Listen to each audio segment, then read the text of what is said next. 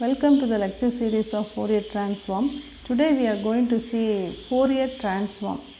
So far we have discussed about Fourier integral and now we are entering into the Fourier transform. Look at the definition of Fourier transform.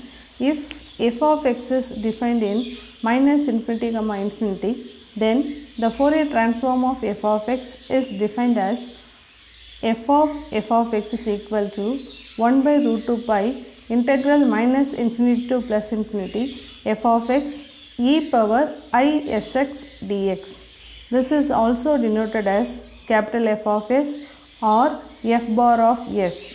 So Fourier transform of f of x is defined capital F. This capital F is denoting Fourier. Okay, Fourier transform of small f of x is given by this result. So the result 1 is called it as Fourier transform. This instead of this f of x, it can be denoted as capital F of s, that is function of s or f bar of s. All the notations are same. Then also small f of x is equal to 1 by root 2 pi integral minus infinity to plus infinity f of x e power minus I sx ds. Here f of x and in this place it is e power minus I sx dx is called the inversion formula for the Fourier transform. So first one is Fourier transform, second one is inversion formula for the Fourier transform. So equations 1 and 2. 2 is the inversion formula for Fourier transform and it is denoted by capital F inverse of f of x. That's why it is a inversion formula. Now altogether equations 1 and 2 are called Fourier transform pairs. So this is a 2-mark question. Write the Fourier transform pairs means you have to write Fourier transform as well as the inversion formula. Both the equations we should write, that is called it as Fourier transform pairs. Now we will see a problem under the Fourier transform. Look at the question. Find the Fourier transform of f of x is equal to x such that mod x less than a, 0 such that mod x greater than a. We know very well that modulus value less than some quantity means negative to positive of the quantity.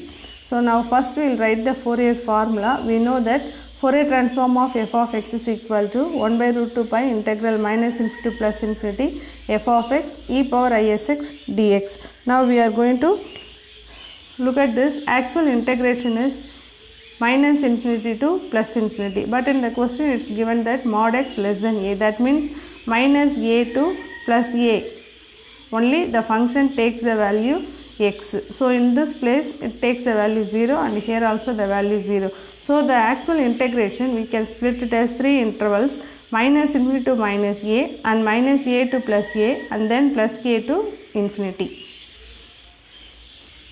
So this can be written as 1 by root 2 pi.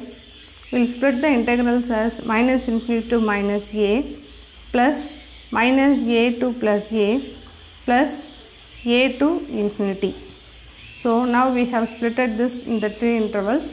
The first and last value it will become as 0. So we need not to write the first and last, only in the middle integration we have to do. So 1 by root 2 pi integral minus a to plus a, f of x is x.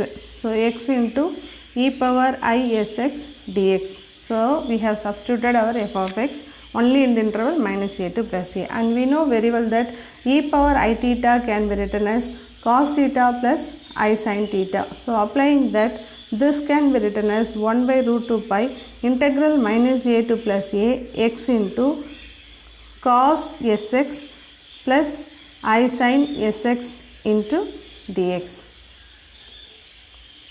So we will multiply that. This integration can be written as minus a to plus a x cos x and minus a to plus a x sin x, and outside we have I.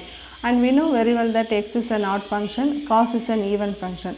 So x cos x is an odd function, cos is an even function. So odd into even, it is again odd.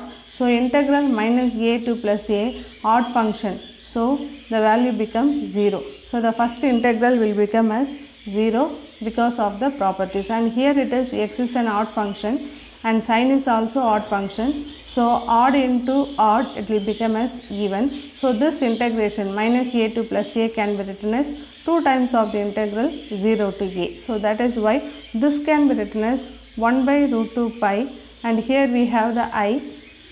So I into this integral can be written as 2 times of integral 0 to a x sin x into dx. Now we can take the 2 and I outside.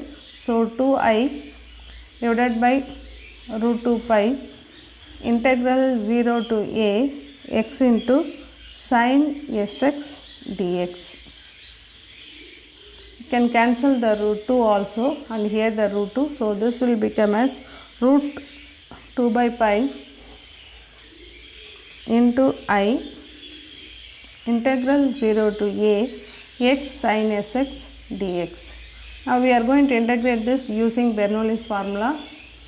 So this can be written as root 2 by pi into I, applying the Bernoulli's formula. So x into integration of sin s minus cos sx divided by s, and then differentiation of x is 1, then integration of cos is already one minus is there, so integration of cos is sin sx, already one s is there, so this will become as s square with the limit 0 to a, applying the Bernoulli's formula. So here the upper limit is a and the lower limit is 0. Before applying the limit, you can write this one as I into root 2 pi x into cos sx divided by s. Here it will become as plus sin sx divided by s square with the limit 0 to a. So this minus we can write it as minus x cos x, here minus into minus plus. Now we are going to apply the limit. So I into root of 2 by pi limit for x, so minus a cos as plus sin as, this is our upper limit divided by s, and here divided by s square, this is our upper limit, minus look at the lower limit is 0, so 0 into anything 0, the first term will become 0, sin 0 is 0, so applying the lower limit answer is 0. So this can be written as I into root of 2 by pi, you can take the s square as LCM and write the positive term first, sin as minus as cos as. So what is our left hand side? Left hand side is f of x, that is the Fourier transform. The function f of x is equal to Fourier transform of f of x is equal to, this is what our answer, I into root of 2 by pi sin as minus as cos as whole divided by s square. This is what the required answer. Thank you for watching.